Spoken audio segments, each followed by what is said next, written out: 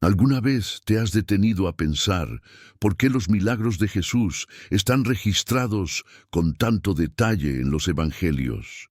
¿Por qué el Espíritu Santo inspiró a los autores bíblicos a dejar constancia de cada sanidad, cada provisión, cada liberación? ¿Acaso fueron solo manifestaciones de poder para demostrar que Jesús era el Hijo de Dios? ¿O habrá algo más profundo, más personal, más dirigido a ti y a mí en el siglo XXI? Tal vez tú mismo te has preguntado, ¿por qué ya no veo milagros como los de antes? ¿Será que Dios ha dejado de actuar así? ¿Será que mi fe no es suficiente? Pero, ¿y si te dijera que cada milagro registrado en los evangelios es una clave espiritual?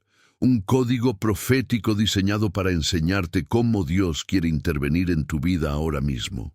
No se trata de cuentos antiguos, sino de mapas espirituales. Cada milagro es una revelación del carácter de Dios, de su poder, de su compasión y de su voluntad presente para ti. El gran problema es que la mayoría de los creyentes han leído estos relatos como si fueran historias de museo, recuerdos de una época poderosa, pero ya terminada. Y ese error nos ha robado la expectativa, la fe viva y, sobre todo, la conexión con lo que el cielo está queriendo hacer hoy. No se trata de leer los milagros como narraciones pasadas, sino como promesas activas. Cuando Jesús multiplicó el pan, no solo alimentó cuerpos hambrientos, nos enseñó una estrategia de fe frente a la escasez. Cuando sanó al ciego, no solo le devolvió la vista, nos mostró que hay áreas de nuestra vida donde hemos dejado de ver y que Él quiere abrir nuestros ojos. Hoy vas a recibir revelaciones prácticas, profundas y bíblicas. Comencemos con el primer milagro, las bodas de Caná, Juan 2. Muchos conocen este milagro como el momento en que Jesús convirtió agua en vino, pero pocos se preguntan, ¿por qué fue este su primer milagro? ¿Por qué en una boda y no en una sinagoga? ¿Por qué un milagro de provisión y no de sanidad? El mensaje oculto está en la necesidad, cuando parece que lo esencial se ha terminado, cuando la celebración está en peligro de arruinarse, cuando te enfrentas a un momento embarazoso o sin salida. Es ahí donde Jesús se manifiesta como el que transforma lo ordinario en algo glorioso. El agua representa lo común, lo cotidiano. El vino, en cambio, representa gozo, pacto, redención. Jesús espera tu obediencia, llenad las tinajas, para luego hacer el milagro. ¿Estás dispuesto a llenar de obediencia tu vida, aunque aún no veas el vino? Pasemos al segundo. El paralítico de Betesda, Juan 5. Este hombre llevaba 38 años postrado. Jesús se le acerca y le hace una pregunta que a simple vista parece innecesaria. ¿Quieres ser sano? Pero aquí hay un principio espiritual profundo. No todos los que sufren quieren ser libres. Algunos han construido su identidad alrededor de su dolor. Otros han aprendido a sobrevivir con sus limitaciones. Jesús no impone sanidad, la propone. Solo cuando reconocemos que queremos salir del estado en el que estamos, activamos la fe que conecta con el poder del cielo. El milagro de Betesda revela que muchas veces no es la falta de poder, sino la falta de decisión lo que nos impide ver lo sobrenatural. El tercer milagro que analizaremos es la multiplicación de los panes y los peces, Mateo 14. Aquí, el mensaje oculto no está solo en el acto de multiplicar alimento, sino en la actitud de Jesús frente a la necesidad. Los discípulos querían despedir a la multitud. Jesús, en cambio, les dice, «Dadles vosotros de comer». Es una invitación a cambiar la mentalidad de escasez por una mentalidad de reino. Jesús toma lo poco que hay, lo bendice, lo parte, y recién ahí se multiplica. Este milagro nos enseña que la provisión muchas veces viene en el proceso de obedecer, no antes. Si estás esperando ver abundancia para actuar, nunca darás el paso. Pero si entregas lo que tienes, aunque parezca insignificante, verás cómo Dios lo multiplica más allá de tu lógica. Esta lección no es solo económica, es espiritual. Dios bendice lo que se le entrega con fe. El cuarto milagro es la calma de la tormenta, Marcos 4. Jesús duerme en medio de un caos que hace temblar a pescadores experimentados. ¿Por qué duerme? Porque sabe quién es. Él no teme a lo que ya tiene bajo control. Pero cuando sus discípulos lo despiertan, les hace una pregunta. ¿Por qué teméis? ¿Aún no tenéis fe? El mensaje oculto aquí es este. Muchas veces clamamos cuando ya deberíamos estar hablando con autoridad. Jesús no reprendió solo la tormenta, reprendió la falta de fe. Este milagro nos muestra que hay tormentas que se detienen no con oración, sino con palabra de autoridad. El mismo Jesús que calmó el mar vive en ti. ¿Estás dormido como Él, en paz, o estás gritando como los discípulos, sin fe? Lo que Jesús hizo en el pasado, lo quiere repetir en tu presente. Cada milagro es una manifestación del corazón de Dios hacia sus hijos. No solo está dispuesto, está esperando que su pueblo crea. El problema no es el poder, sino la incredulidad.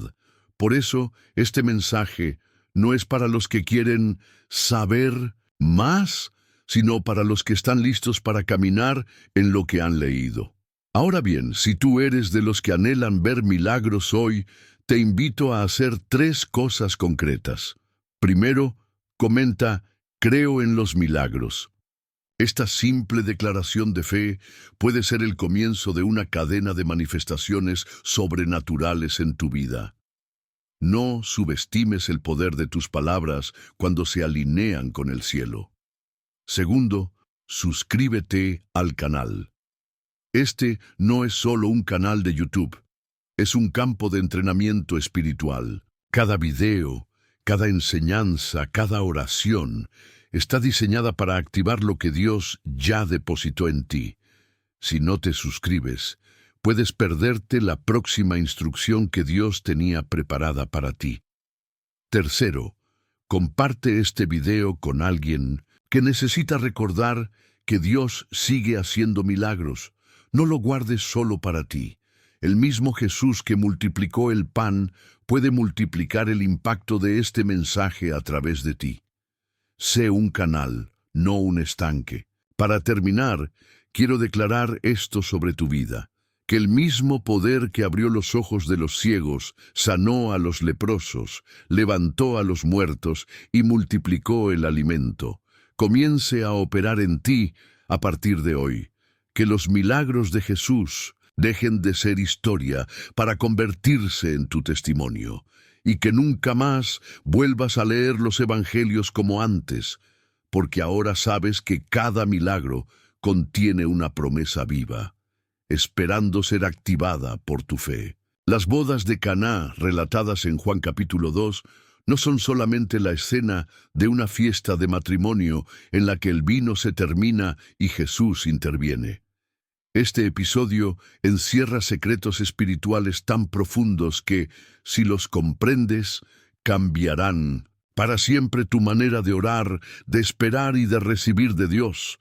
Este milagro, siendo el primero registrado de Jesús, no fue al azar. Tiene un propósito, un mensaje oculto, una estructura que revela cómo operan los milagros del cielo en la vida cotidiana. María se acercó a Jesús con una frase corta: no tienen vino. Juan 2:3. 3 palabras, nada más. No hubo explicación extensa ni petición directa, solo una observación. Sin embargo, esa pequeña frase lo dice todo. Habla de una necesidad urgente, de una expectativa implícita, de una situación que podría traer vergüenza a los anfitriones. Pero más que eso, abre la puerta a un principio espiritual vital. Dios responde cuando reconoces tu falta. En ese momento, el vino se había acabado. No había manera humana de resolverlo. No podían simplemente salir a comprar más. Estaban ante una escasez en medio de una celebración. Aquí aprendemos el primer patrón de los milagros modernos. El milagro comienza donde termina tu recurso. Jesús no interviene mientras aún crees que puedes resolverlo tú solo. Él espera a que reconozcas que tu capacidad, tus fuerzas, tu lógica han llegado a su fin. El vino representa lo que ya no puedes controlar: salud, paz, finanzas, relaciones. ¿Qué se te ha acabado hoy? Esa es la materia prima de tu próximo milagro. Pero hay algo aún más impactante.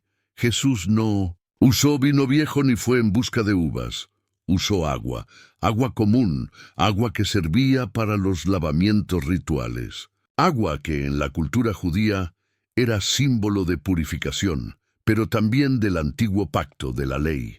Jesús toma lo ordinario, lo ritual, lo simbólico, y lo transforma en algo nuevo, vivo, abundante.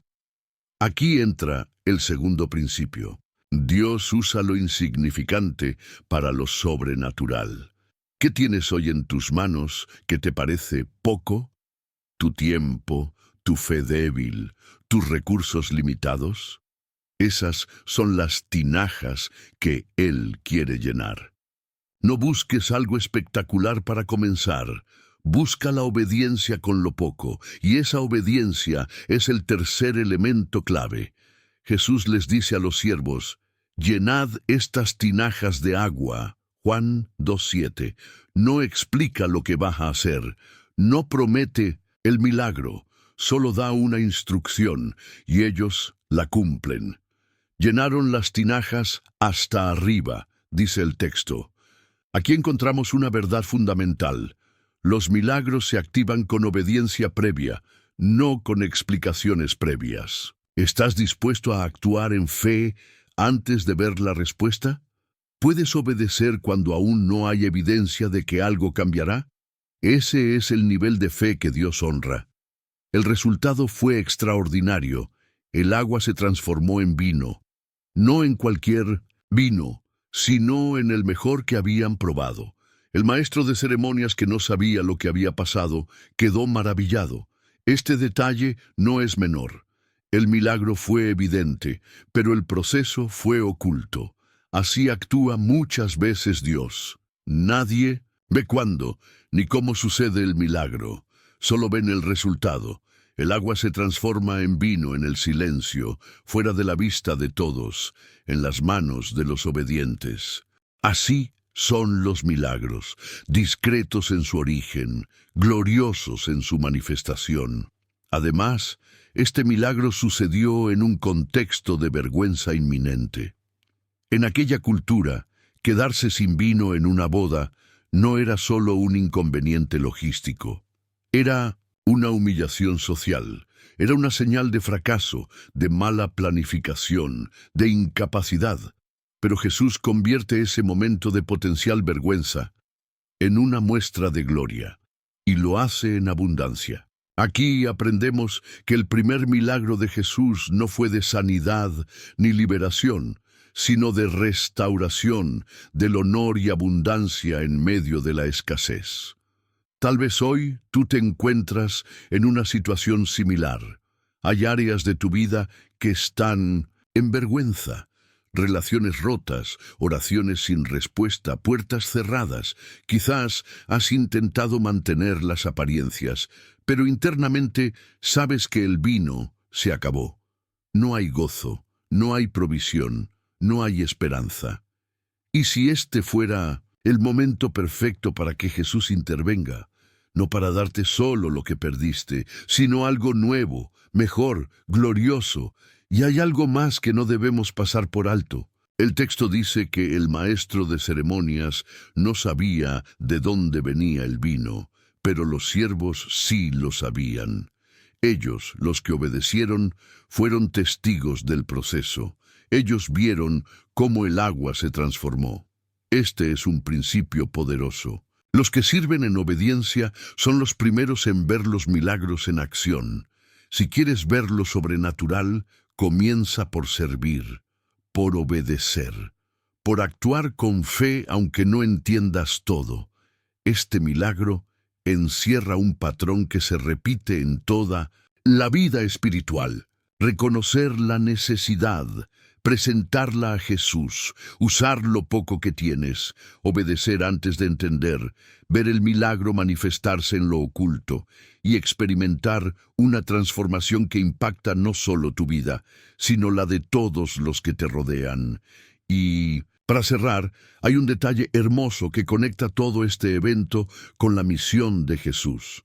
Al final del relato, Juan escribe: este principio de señales hizo Jesús en Caná de Galilea, y manifestó su gloria, y sus discípulos creyeron en él. Juan 2:11. Es decir, este milagro fue el punto de partida. Fue una revelación de su naturaleza divina, de su amor, de su poder, pero también fue un anuncio profético. Jesús vino a traer un nuevo vino, una nueva alegría, una nueva alianza, y ese vino hoy sigue fluyendo para todo el que cree.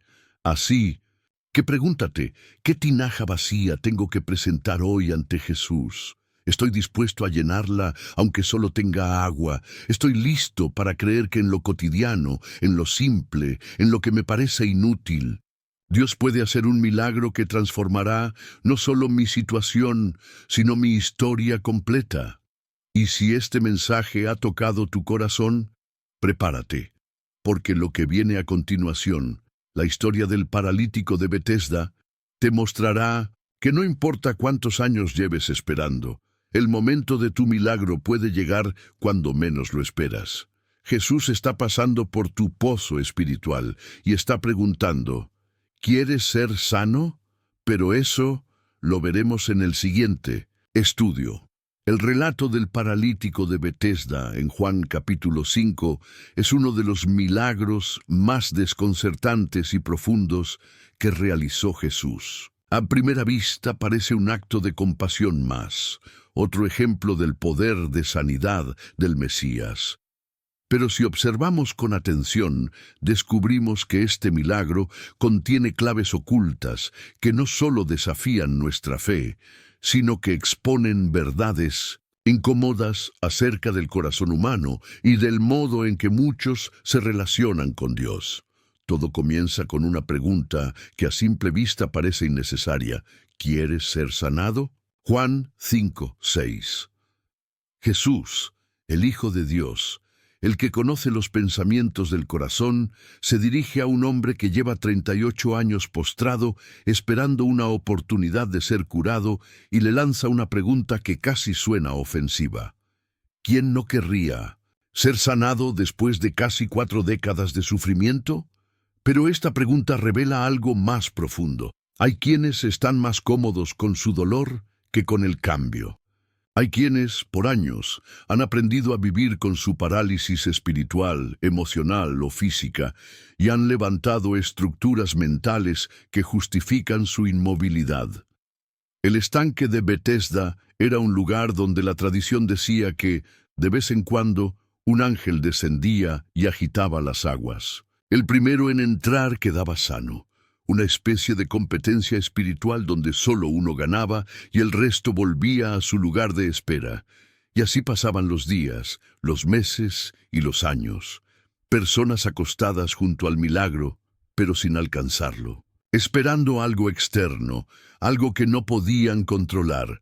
Aquí encontramos la primera clave oculta de este milagro. Betesda era un lugar de excusas.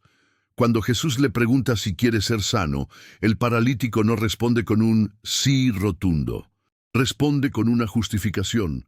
Señor, no tengo quien me meta en el estanque cuando se agita el agua, y entre tanto que yo voy, otro desciende antes que yo. Juan 5:7. Su enfoque no está en la solución, sino en su limitación.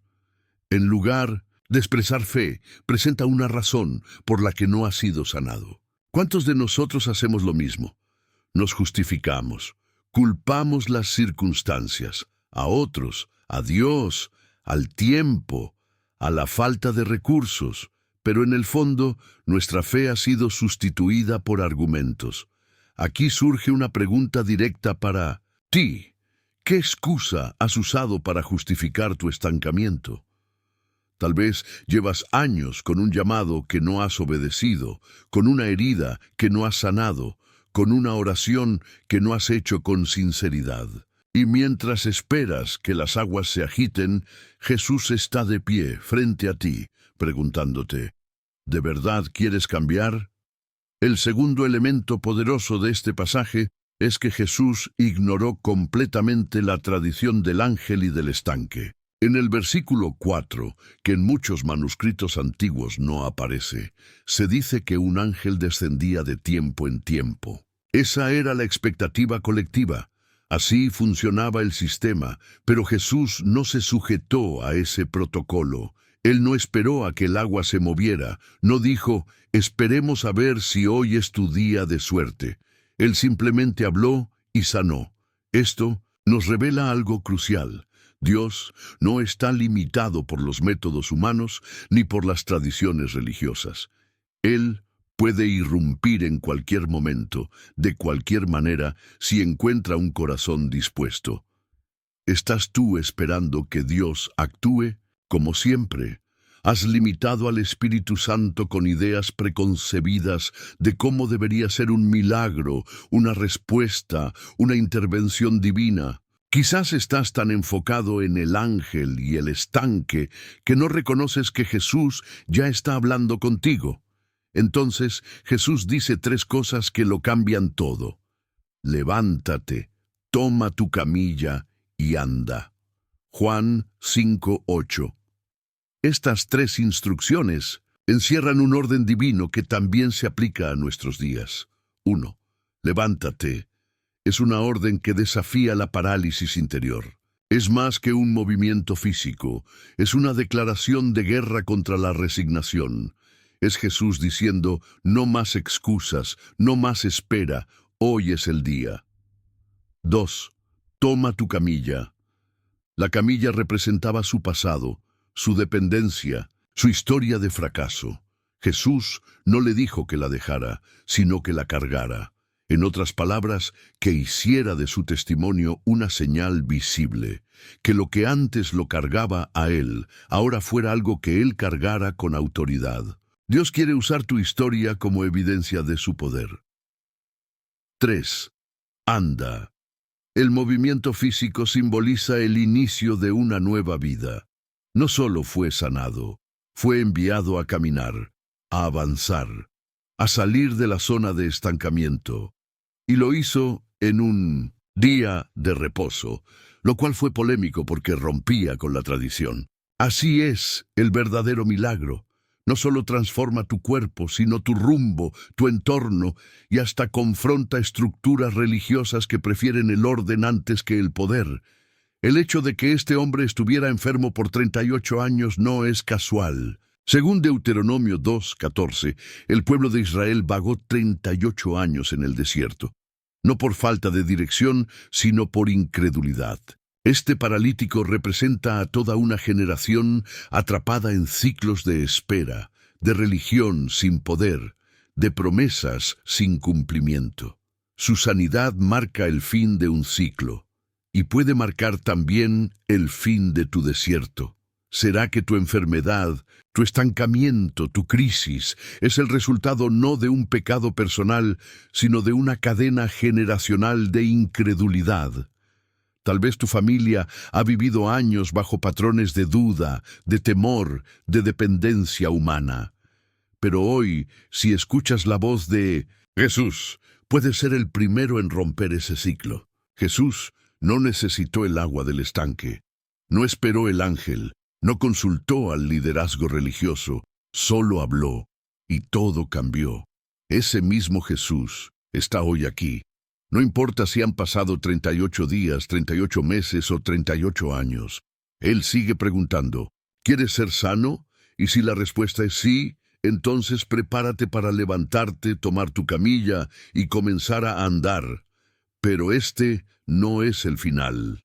Porque hay un milagro que causó aún más controversia, cuando Jesús hizo barro con su saliva y lo puso sobre los ojos de un ciego. ¿Por qué usó barro? ¿Qué representa esa mezcla de polvo y divinidad? La respuesta a esa pregunta revelará uno de los secretos más poderosos sobre cómo Dios transforma nuestras limitaciones en visión espiritual. Eso lo exploraremos en el siguiente estudio.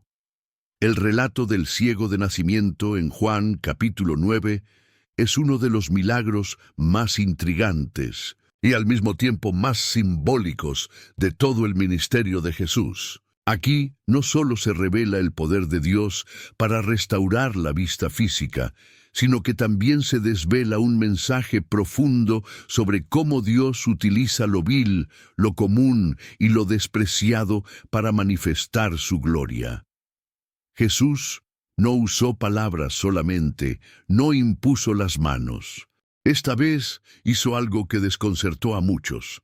Escupió en tierra, hizo barro con la saliva y lo aplicó sobre los ojos de un ciego. ¿Por qué elegir un método tan inusual? ¿Qué mensaje se esconde detrás de esta acción? El primer detalle que debemos notar es el uso del barro. En Juan 9:6 leemos: dicho esto, escupió en tierra, hizo barro con la saliva y untó con el barro los ojos del ciego. Este acto no fue accidental. Jesús estaba haciendo una referencia directa al principio de la creación.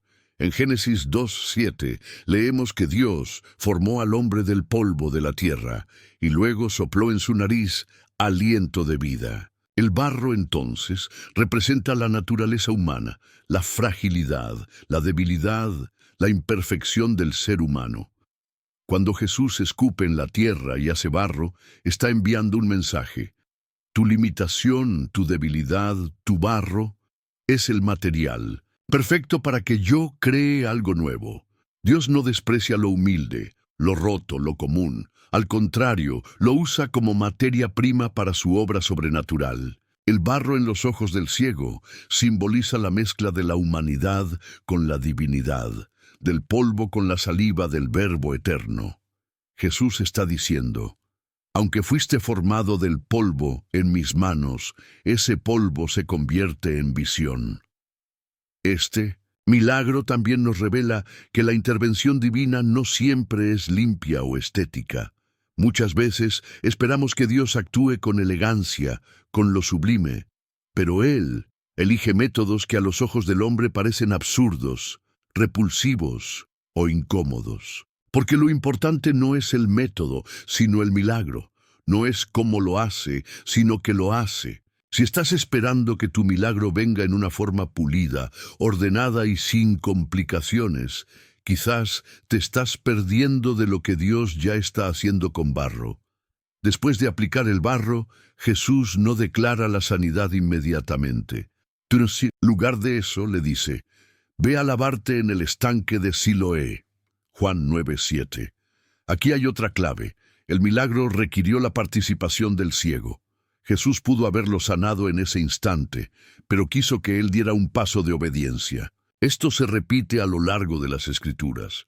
Naamán tuvo que sumergirse 7 veces en el Jordán. La viuda de Sarepta tuvo que hacer una torta con lo último que tenía. Pedro tuvo que lanzar la red en el lado derecho. El principio es este: la fe verdadera siempre se manifiesta en obediencia práctica. ¿Cuántos están esperando un milagro, pero no quieren moverse? ¿No quieren obedecer? ¿No quieren salir de su comodidad? Este ciego tuvo que ir, probablemente acompañado, guiado por otros, con barro en el rostro, caminando hacia un estanque. Fue un acto de fe, y fue ese acto el que activó la sanidad. No basta con recibir la promesa, hay que moverse hacia su cumplimiento.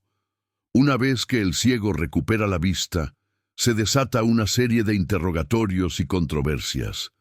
Los fariseos lo cuestionan, sus vecinos lo dudan, algunos dicen que no puede ser el mismo hombre, otros quieren saber cómo fue sanado. ¿Qué aprendemos aquí? Todo milagro auténtico generará oposición. Cuando Dios hace algo real en tu vida, habrá quienes no lo entiendan, quienes lo critiquen y quienes intenten desacreditarlo. Eso no significa que el milagro no fue real. Significa que fue tan evidente que ya no puede ser ignorado. El ciego, sin embargo, mantiene una postura firme. Cuando le preguntan quién lo sanó, él responde con honestidad. Un hombre llamado Jesús hizo barro. Juan 9:11. Más adelante, al ser presionado por los fariseos, declara una de las frases más poderosas de todo el capítulo. Una cosa sé, que habiendo yo sido ciego, ahora veo. Juan 9:25. Esta declaración desarma todo argumento teológico, toda crítica religiosa, toda duda lógica. El testimonio es más fuerte que cualquier oposición, y hay un detalle aún más profundo. El ciego fue sanado antes de conocer plenamente a Jesús. En Juan 9:12, cuando le preguntan dónde está el que lo sanó, él responde, no lo sé. Aún no había visto a Jesús con sus ojos físicos. Aún no lo había reconocido como el Mesías. Esto nos enseña algo poderoso. A veces, Dios obra en nuestras vidas de manera sobrenatural antes de que lo comprendamos completamente. Él no espera que tengamos una teología perfecta. Él se mueve por gracia, y muchas veces nos sana primero, para que después podamos verlo. Más adelante, Jesús se encuentra nuevamente con este hombre y le pregunta, ¿crees tú en el Hijo de Dios? Juan 9:35. El hombre responde con sinceridad, ¿quién es, Señor, para que crea en él? Y Jesús le dice, le has visto, y el que habla contigo, él es. Verso 37. Entonces el hombre dijo, creo, Señor, y le adoró. Verso 38. Aquí está el verdadero milagro. No solo recibió vista física, sino visión espiritual. No solo vio el mundo, vio al Salvador. Este milagro nos habla de barro, de obediencia, de oposición, pero sobre todo de un encuentro con Jesús que va más allá de lo físico. Tal vez en tu vida hay cosas que parecen sucias, rotas, confusas. Tal vez te sientes como barro, pero en las manos de Cristo ese barro tiene propósito. Él puede usarlo para abrir tus ojos, para cambiar tu historia, para darte una nueva visión. Y esto nos prepara para el siguiente milagro, uno aún más impactante. El momento en que Jesús, sabiendo que su amigo Lázaro estaba enfermo, decidió no ir. Retrasó intencionalmente su ayuda. ¿Por qué? ¿Qué propósito puede haber en un Dios que espera cuando podría intervenir? La respuesta a esa pregunta revelará la dimensión más profunda de la fe y la gloria de Dios. Prepárate, porque lo que viene te dejará sin aliento. La tempestad calmada, Marcos 4. ¿Por qué Jesús dormía? Maestro, no tienes cuidado que perecemos. Marcos 4:38. Estas palabras no fueron una oración, fueron un reclamo, un grito de desesperación que muchos creyentes aún lanzan al cielo en medio de su angustia. Pero este momento en la barca, atrapados en una tormenta repentina, contiene una de las enseñanzas más profundas sobre la fe, el temor y el verdadero carácter de Jesús. Jesús sabía que habría tormenta. No fue sorprendido, no fue víctima del clima. Él es el Verbo, el creador de todo, el que tiene autoridad sobre el viento y el mar. Entonces, ¿por qué dormía? ¿Era indiferente al peligro? ¿No le importaba el sufrimiento de sus discípulos? La respuesta es mucho más profunda y tiene todo que ver contigo. 1. La tormenta vino después de la obediencia. Versículo 35. Pasemos al otro lado, les dijo Jesús. Ellos no dudaron, lo siguieron, subieron a la barca. No estaban en rebeldía ni caminando en pecado. Estaban cumpliendo exactamente lo que el Maestro les había ordenado, y sin embargo, la tormenta se desató. Esto rompe una idea errada que Muchos creyentes tienen que la obediencia garantiza una travesía tranquila. No, a veces la tormenta es precisamente la señal de que estás en el camino correcto. El enemigo no ataca lo que está dormido espiritualmente.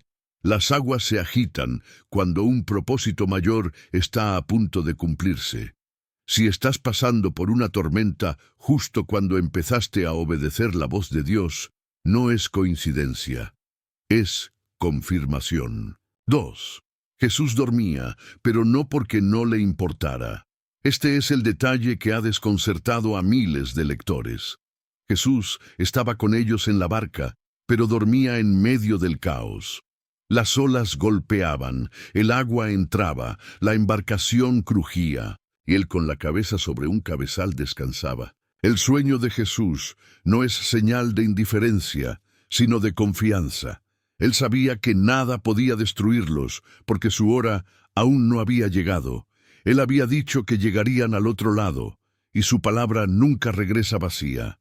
El descanso de 1960. Jesús es una invitación para que nosotros también aprendamos a confiar, incluso cuando el entorno grita lo contrario. Muchos creyentes interpretan el silencio de Dios como ausencia. Pero en realidad a veces Dios guarda silencio para ver qué tan firme es nuestra fe, cuando no sentimos su mano, pero tenemos su palabra. 3. Jesús despertó cuando gritaron, versículo 39, el clamor mueve el cielo. Jesús no se despertó porque las olas lo tocaron, sino porque la voz de sus hijos clamó en desesperación. A veces Dios permite que toquemos fondo, no para destruirnos, sino para enseñarnos a clamar con autenticidad, sin fórmulas religiosas, sin frases aprendidas, sino con el corazón desnudo. Entonces, levantándose, reprendió al viento y dijo al mar, «Calla, enmudece». Marcos 4:39. La autoridad de Jesús no se limitó a lo espiritual. Él domina lo natural, lo físico, lo visible y lo invisible. Cuando el cielo habla, la creación obedece. 4. ¿Cómo no tenéis fe? Versículo 40. Aquí está el corazón del mensaje. Jesús no los regaña por tener miedo de la tormenta, sino por su reacción ante ella. Ellos tenían al Hijo de Dios en la barca, pero su fe colapsó ante la presión. No basta con tener a Jesús en tu vida si no confías en su presencia. Él puede estar contigo, pero si no crees en lo que Él ha dicho, vivirás como si estuvieras solo. La fe no es negar la tormenta, es recordar quién está en la barca contigo. Jesús no dijo, ¿por qué están asustados?, sino, ¿por qué no tienen fe? El miedo es humano, pero la falta de fe, cuando hemos caminado con Él y visto su poder, es una acusación directa contra su fidelidad. Conexión profética, el nombre oculto del lugar. Esta tormenta ocurrió en el mar de Galilea, pero ese no era su nombre original. En hebreo, este lago se llama Kineret, que significa arpa por su forma. El arpa es símbolo de alabanza, de adoración profética, como la que David tocaba para hacer huir a los espíritus malignos que atormentaban a Saúl. ¿Será coincidencia que en el lugar de la tormenta Dios dejó escondido un símbolo de alabanza? No lo creo. Dios está enseñando que aún en medio del caos, nuestra arma secreta es la adoración. Cuando el viento sopla y las olas rugen, el alma que alaba convierte la tempestad en melodía. Un patrón profético, el lamento se transforma en alabanza. David dijo en el Salmo 30:11, «Has cambiado mi lamento en baile». Esta escena en el mar es un cumplimiento profético de esa verdad. Lo que comenzó como temor terminó en asombro. Los discípulos, al ver la autoridad de Jesús, dijeron, «¿Quién es este que aún el viento y el mar le obedecen?» Lo que cambia no es la situación, es tu revelación de quién es Él. Aplicación práctica para tu vida, 1. ¿Estás obedeciendo a Dios y aún así todo se ha complicado? No temas. No estás en desobediencia. Estás en entrenamiento. 2. ¿Sientes que Dios duerme mientras tú luchas? Recuerda, su descanso es señal de confianza. Si Él no está preocupado, tú tampoco deberías estarlo. 3. ¿Has clamado con sinceridad? A veces, lo que mueve a Dios no es tu análisis ni tus argumentos, sino tu clamor genuino. 4. ¿Dónde está tu fe? No lo digas con palabras, demuéstralo con tu actitud en la tormenta. El mensaje oculto detrás del milagro. Este milagro no solo mostró poder sobre la naturaleza, reveló que Jesús no se deja llevar por el pánico. Su paz es más fuerte que cualquier ola. Su autoridad es más grande que cualquier viento, y su amor es más profundo que cualquier mar que amenace con hundirte. La tormenta no era para destruirlos, era para revelarles quién estaba con ellos. Ahora, esta historia te pregunta a ti: ¿quién es Jesús en tu barca? ¿Un personaje de tu Biblia o el Señor de tu vida? Cuando lo reconoces como Señor, todo cambia. Tu lamento se transforma en alabanza. Tu desesperación se convierte en confianza. Tu tormenta deja de ser una amenaza y se vuelve un escenario para el milagro. Y ahora, prepárate, porque el próximo milagro que exploraremos es uno de los más desconcertantes, cuando Jesús rehusó ayudar al principio. ¿Por qué? Porque allí hay una clave que muchos ignoran sobre las oraciones no respondidas. No te lo pierdas. La mujer sirofenicia, Marcos 7, 24, 30, el milagro que Jesús rechazó al principio. No está bien tomar el pan de los hijos y echarlo a los perrillos. Marcos 7, 27. Pocas palabras de Jesús han causado tanto asombro y desconcierto como estas. A primera vista parece un rechazo, una respuesta dura, casi insensible. ¿Cómo puede el mismo Jesús que extendió su mano a los leprosos, que lloró por Jerusalén, decir algo así a una madre desesperada? Realmente estaba negándose a ayudar. Para entender este milagro, debemos mirar más allá de la superficie. Este no fue solo un evento aislado, sino una escena cargada de enseñanzas profundas sobre la fe, la humildad, el reino y los milagros que traspasan las fronteras de lo humano. 1. Jesús probó su fe deliberadamente. La mujer sirofenicia no era judía, era griega, pagana, y provenía de una región gentil. Según la tradición judía de la época, ella no tenía derecho a acceder al Mesías. El pueblo judío se consideraba el pueblo escogido, y los gentiles eran vistos como ajenos a las promesas de Dios. Es en ese contexto que Jesús dice: no está bien tomar el pan de los hijos y echarlo a los perrillos. Esta frase era una expresión común entre los judíos para referirse a los gentiles. Era ofensiva, sin duda, pero Jesús no la usó con desprecio, sino como una prueba. Él sabía lo que vendría después. Sabía que esta mujer respondería con una fe tan sólida y una humildad tan profunda que pondría en vergüenza a muchos que se creían dignos. Y ella respondió con algo que pocos son capaces de ofrecer en medio del rechazo: humildad inteligente. Sí, Señor, pero aún los perrillos comen debajo de la mesa las migajas de los hijos. Versículo 28. No discutió. No se ofendió, no se fue llorando, aceptó su posición como alguien fuera del pacto, y aún así encontró en las migajas del reino suficiente poder para sanar a su hija. ¿Cuántos creyentes hoy se alejan de Dios ante la primera aparente negativa? ¿Cuántos se ofenden porque sienten que Dios no respondió como esperaban? Esta mujer nos muestra que el corazón humilde y persistente siempre tiene acceso a lo sobrenatural. 2. El milagro ocurrió a distancia. Jesús no fue a la casa de la mujer. No puso sus manos sobre la niña. No hizo oración pública. Simplemente dijo: por esta palabra, ve, el demonio ha salido de tu hija. Versículo 29. Y cuando la mujer regresó a su casa, encontró a la niña sana. Este milagro es una poderosa revelación para nuestros días. Los milagros no dependen de cercanía física, sino de fe sobrenatural. No necesitas estar en un lugar santo para recibir de Dios. No necesitas que alguien especial ore por ti presencialmente. Lo que necesitas es fe activa, fe persistente, fe que no se ofende. Jesús sanó a distancia. Eso nos dice que su poder no está limitado por el tiempo ni el espacio. Si tienes fe, puedes experimentar milagros en tu casa, en tu trabajo, en el hospital, incluso en silencio y sin que nadie lo sepa, con solo una palabra suya. 3. Era una mujer griega. Jesús cruzó fronteras.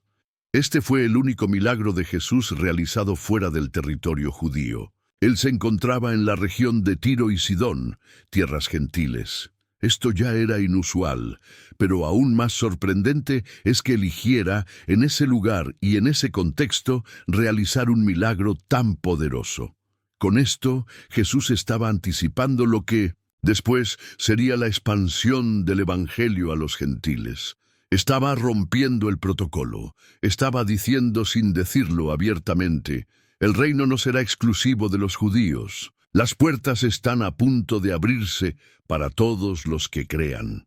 La mujer sirofenicia se convirtió, sin saberlo, en un símbolo profético. Representó a todos los que no encajan en los moldes religiosos, a todos los que el sistema considera indignos, pero que tienen una fe que no se detiene ante nada. ¿Te has sentido fuera del alcance de Dios? ¿Crees que por tu pasado, por tu condición, por tu historia, no puedes acceder a los milagros? Este pasaje te grita lo contrario. Jesús está dispuesto a romper fronteras por una fe auténtica. Jesús alabó su respuesta, no su necesidad. Muchos claman por un milagro, pero pocos tienen la capacidad de dialogar con Dios. Esta mujer no solo presentó su petición, sostuvo una conversación espiritual con el Hijo de Dios, y lo más impresionante, convenció a Jesús con su fe. En Mateo 15:28, la misma historia es relatada con una frase impactante de Jesús. «Oh mujer, grande es tu fe, hágase contigo como quieres». No dijo, «Grande es tu necesidad», ni «Grande es tu dolor». Lo que movió a Jesús fue su respuesta, su actitud, su capacidad de creer incluso cuando parecía rechazada. Aquí está una de las lecciones más grandes. Tu necesidad no impresiona a Dios, tu fe sí. Tu dolor no lo obliga a actuar, pero tu perseverancia lo conmueve. El cielo se abre no para los que lloran más fuerte, sino para los que creen más profundamente. Aplicación práctica para tu vida. 1. Cuando Dios parece decirte no, no te vayas. Quédate, responde con humildad, y sigue creyendo. A veces el no es una prueba antes del sí eterno. 2. No necesitas que alguien te toque, te imponga manos o te unja con aceite para recibir tu milagro. Basta una palabra de Dios y tu situación puede cambiar donde estás. 3. No permitas que tu historia o tu entorno te limiten. Jesús está dispuesto a actuar en lugares impuros, en personas consideradas indignas, si encuentra fe verdadera. 4. Aprende a dialogar con Dios. No te limites a repetir frases religiosas. Habla desde tu espíritu. Él no busca oraciones perfectas, sino corazones sinceros. 5. Recuerda que el reino tiene migajas que valen más que cualquier banquete humano. Incluso lo mínimo de Dios es suficiente para transformar completamente tu vida. Este milagro fue más que una liberación demoníaca. Fue un anuncio. La fe no tiene nacionalidad, el amor de Dios no tiene límites y la gracia se derrama sobre todo aquel que cree. Y ahora, prepárate para el próximo milagro. Jesús tomó unos pocos panes y unos pocos peces y alimentó a miles. Pero hay un mensaje escondido en esa multiplicación, una clave profética que puede transformar tu economía, tu provisión y tu manera de ver la escasez. No te lo pierdas. La multiplicación de los panes, Juan 6:1-14, el secreto de los fragmentos. ¿Qué es esto para tantos? Juan 6:9. La multiplicación de los 5 panes y 2 peces es uno de los milagros más conocidos de Jesús. Aparece en los 4 evangelios, lo que ya nos revela su profunda importancia. Pero más allá de la provisión sobrenatural, este milagro esconde enseñanzas que trascienden el tiempo. En él encontramos claves espirituales sobre cómo Dios obra en medio de la escasez, cómo transforma lo insignificante y cómo hay un propósito incluso en los fragmentos que quedan después de un milagro. 1. El pan era de cebada. Dios multiplica lo humilde. Juan 6:9 especifica que los panes eran de cebada. Este detalle, que podría parecer irrelevante, es sumamente revelador. El pan de cebada era el alimento de los pobres. No era el pan fino, ni el preferido en banquetes. Era lo más básico, lo que apenas sostenía a los que vivían con lo mínimo. Esto nos muestra que Dios no necesita lo mejor del mundo para hacer milagros. Él no busca lo más costoso, ni lo más preparado. Él toma lo que otros desprecian, lo que parece pequeño, común o insuficiente, y lo transforma en una bendición que sacia a multitudes. Tal como ocurrió en 2 Reyes 4:42, cuando Eliseo alimentó a 100 hombres con panes de cebada, Jesús repite el patrón. Dios honra lo sencillo cuando se pone en sus manos. ¿Tienes algo en tu vida que parece poco? Un talento que crees que no es suficiente, unos recursos que no alcanzan, una fe que consideras débil. No subestimes lo que tienes. Cuando se lo entregas a Dios, lo insuficiente se vuelve abundante. La clave no está en el tamaño de lo que tienes, sino en el tamaño del Dios a quien se lo das. 2. Jesús dio gracias antes del milagro. La gratitud abre el cielo. En Juan 6:11 vemos algo sorprendente. Jesús tomó los panes y antes de que se multiplicaran, dio gracias. No esperó ver el milagro para agradecer. Agradeció por lo que había, aun cuando no era suficiente a los ojos humanos. Aquí hay una clave poderosa. La gratitud antecede al milagro. Muchos esperan que Dios haga algo grande para entonces agradecer. Pero Jesús nos enseña que agradecer por lo poco, por lo que aún no parece suficiente, es una llave espiritual que activa lo sobrenatural. Salmo 50:23 dice, El que sacrifica alabanza me honrará, y al que ordenare su camino le mostraré la salvación de Dios. La gratitud sacrificial, esa que nace en medio de la escasez, honra a Dios profundamente. Es una declaración de fe. Es decirle a Dios, sé que lo que tengo en mis manos puede parecer poco, pero creo que tú puedes hacer algo grande con esto. ¿Estás agradeciendo por lo que tienes ahora, aunque parezca poco? ¿Estás agradeciendo en medio de la escasez? Recuerda que Jesús no multiplicó los panes después de un gran sermón, ni después de una oración extensa. Lo hizo después de dar gracias. 3. Recoged los pedazos. Los fragmentos tienen propósito. Después de que todos comieron hasta saciarse, Jesús no dijo, «Listo, ya se alimentaron, pueden irse». En lugar de eso, dio una instrucción clara. «Recoged los pedazos que sobraron, para que no se pierda nada». Juan 6:12. Y recogieron 12 canastas llenas de fragmentos. Este es el punto que muchas veces pasamos por alto. El milagro no solo estuvo en alimentar a miles con poco. El milagro también estuvo en los fragmentos que sobraron. Jesús no desperdicia nada. Lo que para el mundo son sobras, para el reino son semillas. Cada pedazo cuenta, cada resto tiene destino. Nada de lo que Dios hace es en vano. ¿Cuántas veces has sentido que hay áreas de tu vida que son solo fragmentos? fragmentos de un sueño que se rompió, pedazos de una relación que terminó, retazos de una fe que fue fuerte y hoy parece debilitada. Pero Dios te dice, recoge tus fragmentos, no los deseches, yo los usaré. Los 12 cestos llenos representan plenitud. Cada discípulo llevaba una canasta llena al final. Es como si Jesús les dijera, lo que no entienden ahora, lo llevarán como testimonio.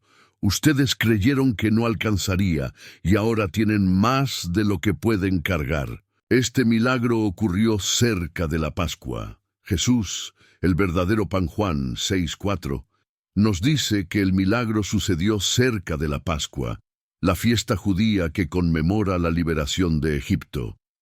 Durante esta fiesta se recordaba cómo Dios había provisto el maná en el desierto. No es casualidad que Jesús, al multiplicar el pan, esté revelando su identidad como el verdadero pan del cielo. Más adelante, en el mismo capítulo, Juan 6:35, Jesús declara, «Yo soy el pan de vida, el que a mí viene, nunca tendrá hambre». Este milagro no fue solo una provisión temporal, fue una señal profética. El pueblo comió pan físico, pero Jesús les estaba ofreciendo un pan eterno. Has buscado saciar tu hambre con cosas temporales. Has corrido detrás de lo que solo llena por un momento. Jesús te ofrece hoy el pan que no se agota, el pan que no se endurece, el pan que no tiene fecha de vencimiento. Su cuerpo partido por ti es la verdadera multiplicación, y en él siempre hay más que suficiente. Aplicación para tu vida 1. No subestimes lo pequeño. Lo que tú llamas poco, en manos de Dios puede alimentar a muchos. 2. Aprende a dar gracias antes de ver el milagro. La gratitud es fe expresada en palabras. 3. Recoge los fragmentos de tu historia. No desperdicies lo que has vivido, aunque parezca roto. Dios lo puede redimir. 4. Jesús es más que un proveedor temporal. Es el pan de vida. Lo que Él te ofrece es más profundo que una solución pasajera. 5. El milagro no solo está en la provisión, está también en lo que queda después. Tus fragmentos, tus restos, pueden ser la base del próximo testimonio. La multitud vio el milagro y quiso hacer a Jesús rey por la fuerza, pero Jesús se apartó. Él no vino solo a llenar estómagos vacíos, sino a transformar corazones hambrientos. Si hoy tú vienes a Él con tu necesidad, con tus fragmentos, con tus manos vacías, Él no solo multiplicará, te mostrará quién es realmente. Y ahora prepárate para el siguiente milagro. Jesús llega 4 días tarde a una tumba, pero lo hace para mostrar una gloria que nadie había imaginado, porque hay veces en las que el milagro se retrasa, no por castigo, sino para revelar algo más alto, la resurrección. La resurrección de Lázaro, Juan 11, el poder del tardío divino. Señor, si hubieses estado aquí, mi hermano no habría muerto. Juan 11:21. Estas palabras cargadas de dolor, pronunciadas por Marta a Jesús, encierran una tensión espiritual con la que muchos creyentes luchan hoy. ¿Dónde estaba Dios cuando más lo necesitaba? ¿Por qué no vino antes? ¿Por qué permitió que lo imposible empeorara hasta convertirse en tragedia? Juan 11 nos presenta uno de los milagros más dramáticos y teológicamente ricos del ministerio de Jesús, la resurrección de Lázaro. No fue un acto inmediato ni espontáneo.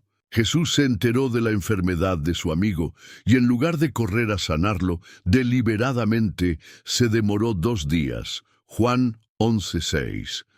Este retraso divino no fue indiferencia, fue propósito. Y entender este propósito puede transformar por completo la manera en que enfrentamos nuestras propias demoras, pérdidas y silencios de Dios. 1. Esta enfermedad no es para muerte, sino para la gloria de Dios. Juan 11:4.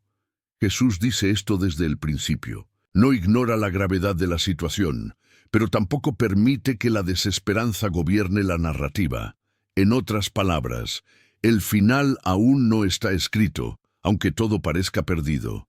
La enfermedad de Lázaro, que en lo natural conduciría a la muerte, es recontextualizada por Jesús como un escenario para mostrar la gloria de Dios.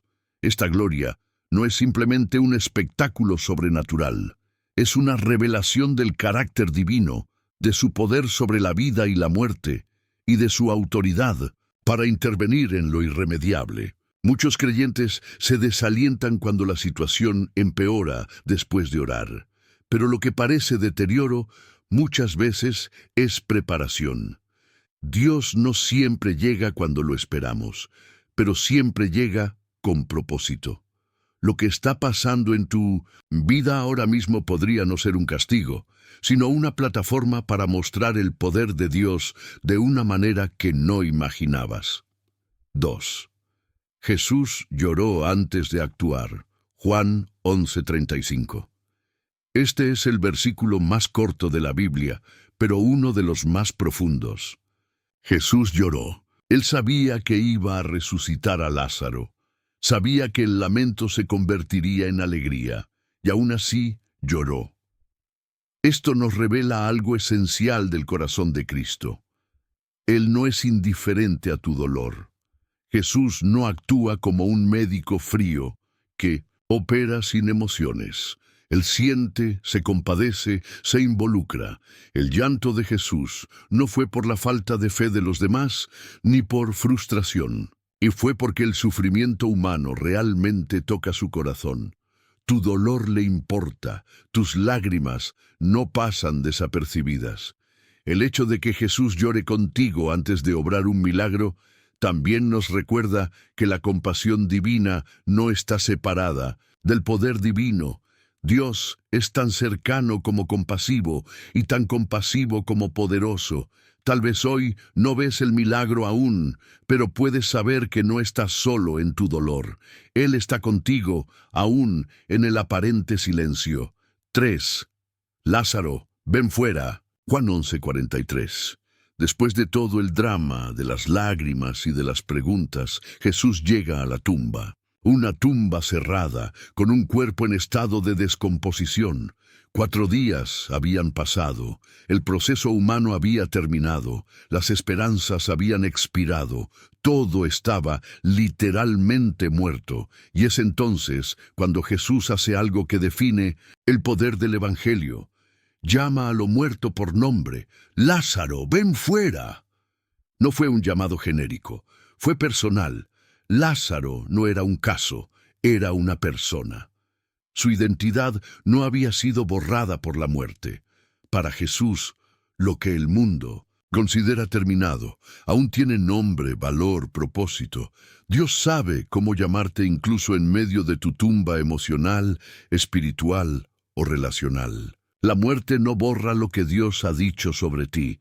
Tus fracasos no cancelan su voz. Tu condición no elimina tu llamado. Él puede hablar a lo que ha sido sellado, olvidado y perdido, y devolverlo a la vida. Y si Jesús no hubiera dicho el nombre de Lázaro, todo el cementerio habría respondido. Porque cuando la voz de Dios resuena, no hay cadena, tumba o tiempo que pueda resistirla. 4. Desatadle y dejadle ir. Juan 11:44. Cuando Lázaro sale de la tumba, aún está envuelto en vendas funerarias. Estaba vivo, pero atado. Jesús pudo haber hecho que esas vendas cayeran al instante, pero no lo hizo. En cambio, dio una orden a la comunidad: desatadle. Este es un principio espiritual crucial. Algunos milagros necesitan participación comunitaria. Hay personas que han sido resucitadas espiritualmente, pero aún están atadas por heridas, hábitos, traumas o temores.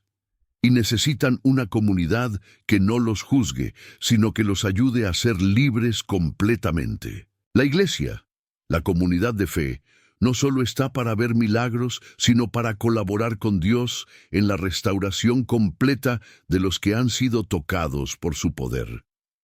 Si conoces a alguien que ha salido de su tumba pero aún camina con vendas, no critiques. Ayuda a desatar. Y si tú eres el que ha sido resucitado, no tengas vergüenza de necesitar ayuda. Jesús ya te devolvió la vida. Ahora es tiempo de caminar en libertad, con la ayuda de otros.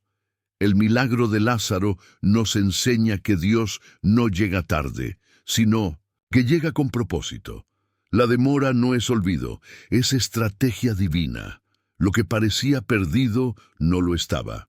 Lo que parecía irreversible no lo era. Y lo que estaba muerto solo dormía a los ojos del que es la vida misma. ¿Estás enfrentando una demora divina? ¿Sientes que Dios no ha respondido y que el tiempo ha expirado? Este milagro es para ti. Tu historia aún no termina. Dios no ha escrito el final. Y si aún no ha llegado, es porque tiene algo más grande que una simple sanidad. Tiene una resurrección en mente. Prepárate, porque Jesús no solo va camino a tu tumba, ya está dando la orden. Lo que el mundo enterró, Él está a punto de levantar. La pesca milagrosa. Lucas 5:1-11. Cuando la red se rompe de bendición. Maestro, toda la noche hemos trabajado y nada hemos pescado. Lucas 5:5. La escena es común. Pescadores lavando sus redes tras una noche infructuosa. Un fracaso más. Cansancio físico, frustración emocional y resignación profesional. Pedro y sus compañeros no eran principiantes, eran expertos en su oficio. Si ellos no habían conseguido nada, era porque, humanamente hablando, no había nada que hacer. Y justo en ese escenario de agotamiento y fracaso, Jesús se presenta. No con una fórmula mágica ni con palabras de consuelo, sino con una instrucción específica, casi absurda para quienes conocen el mar. Echa la red. Este milagro no es simplemente una historia sobre peces, sino una revelación profunda sobre cómo opera Dios en nuestras vidas cuando ya no esperamos nada. Y aún así, obedecemos. 1. La obediencia específica activa lo sobrenatural.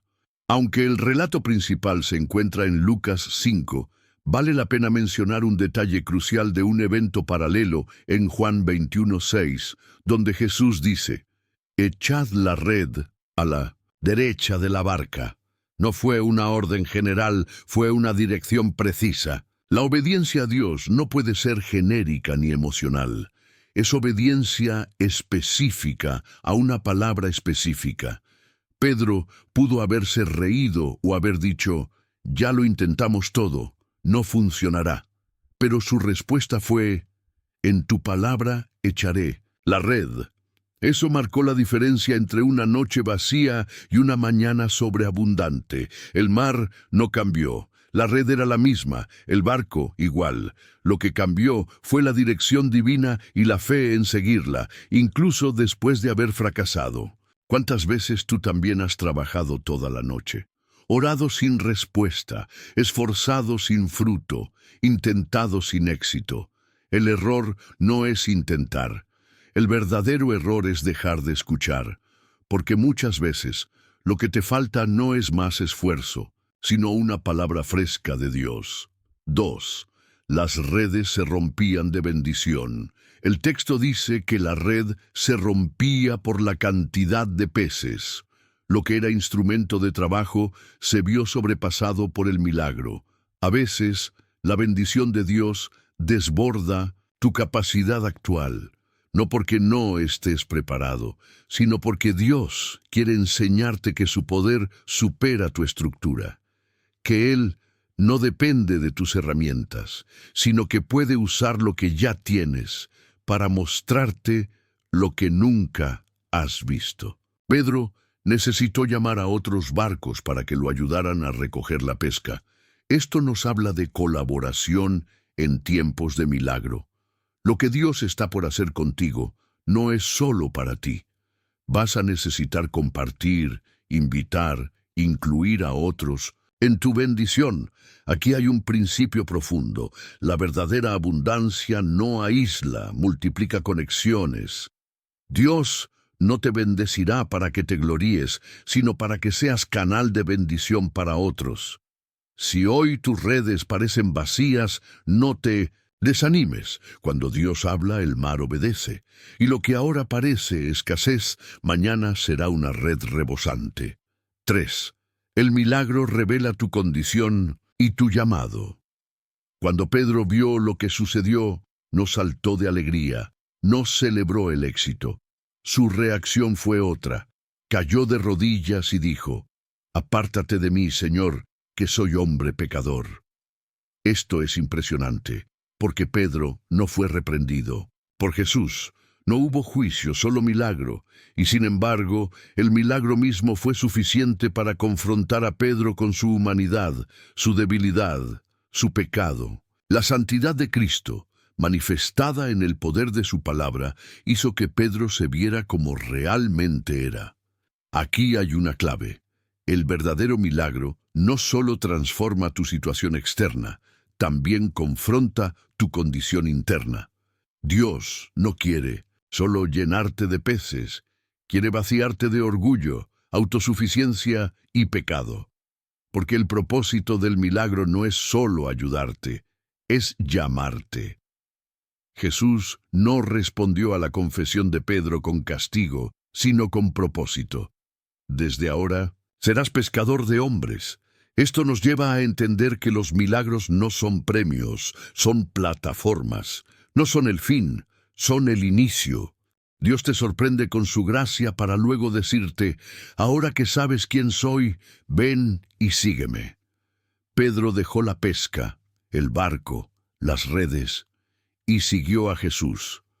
Porque una vez que experimentas la abundancia sobrenatural, el verdadero milagro es ser llamado por el Maestro a una vida con propósito eterno. 4. El segundo milagro de pesca, recordatorio tras el fracaso.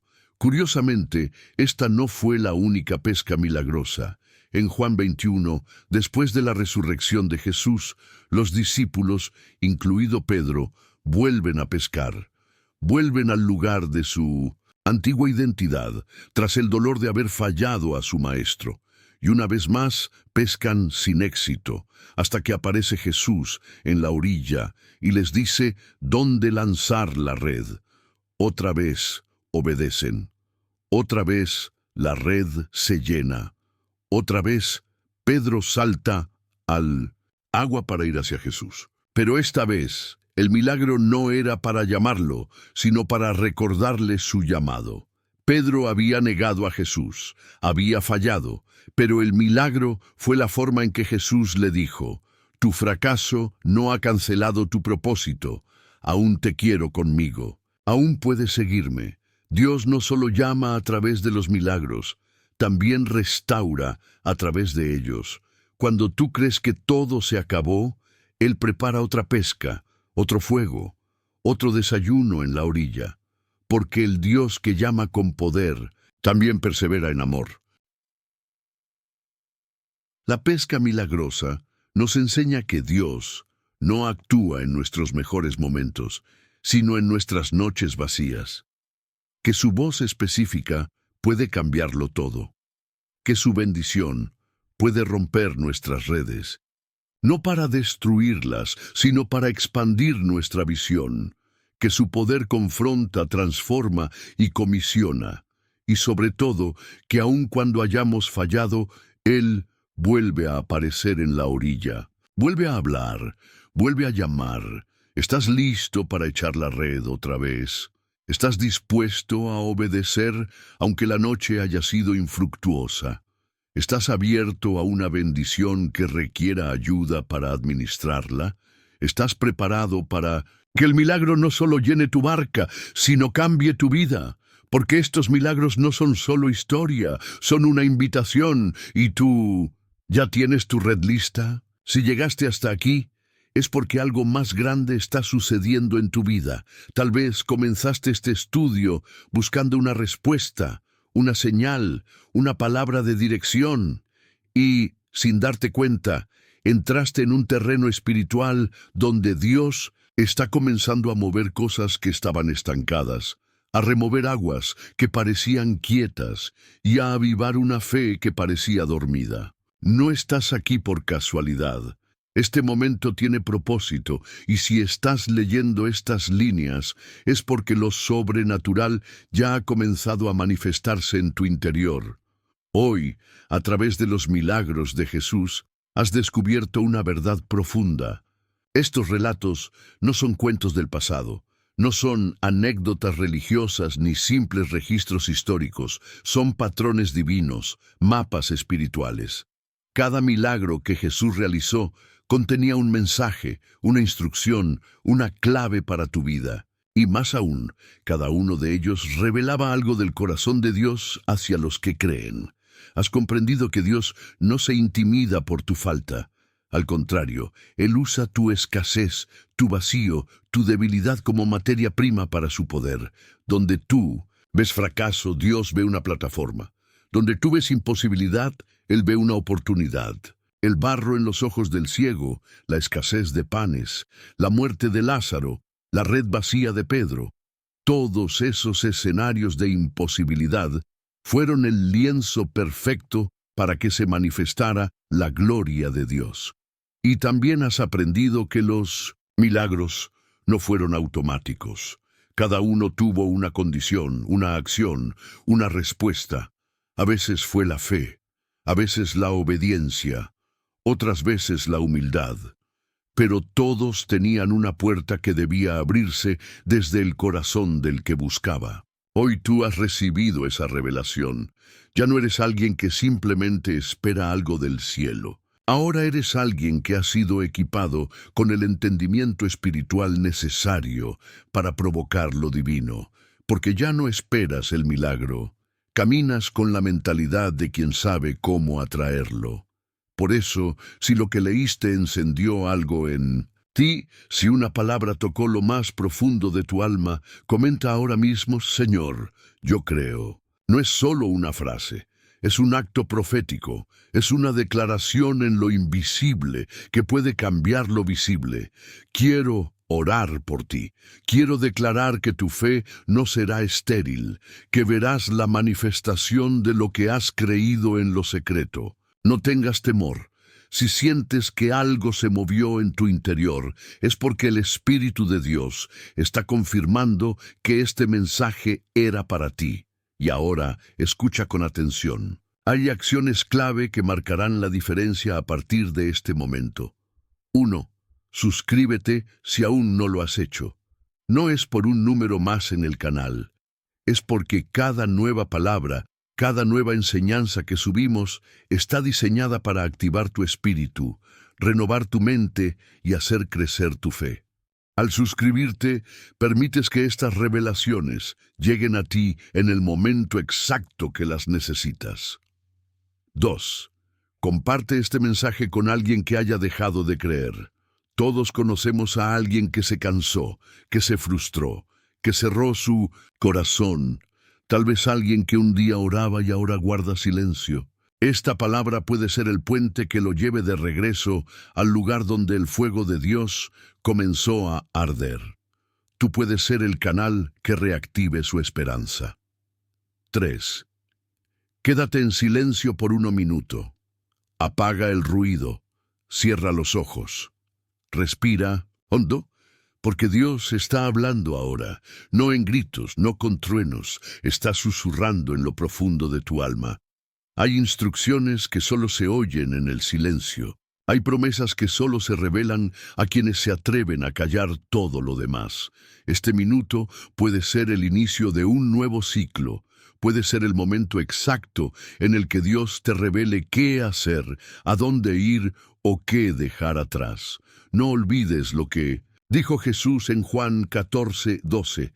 El que cree en mí, las obras que yo hago, Él las hará también, y aún mayores hará. Eso no fue una exageración, fue una promesa, y hoy esa promesa te incluye a ti, porque no estás llamado solo a leer milagros, estás llamado a vivirlos, a provocarlos, a caminar en ellos.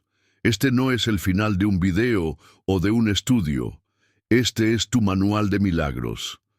Esta es la guía que el cielo colocó en tus manos para que entiendas cómo se mueve Dios, cómo responde, en cómo actúa. Y tú has sido elegido para experimentarlo, no porque seas perfecto, sino porque estás dispuesto. Así que no te detengas aquí.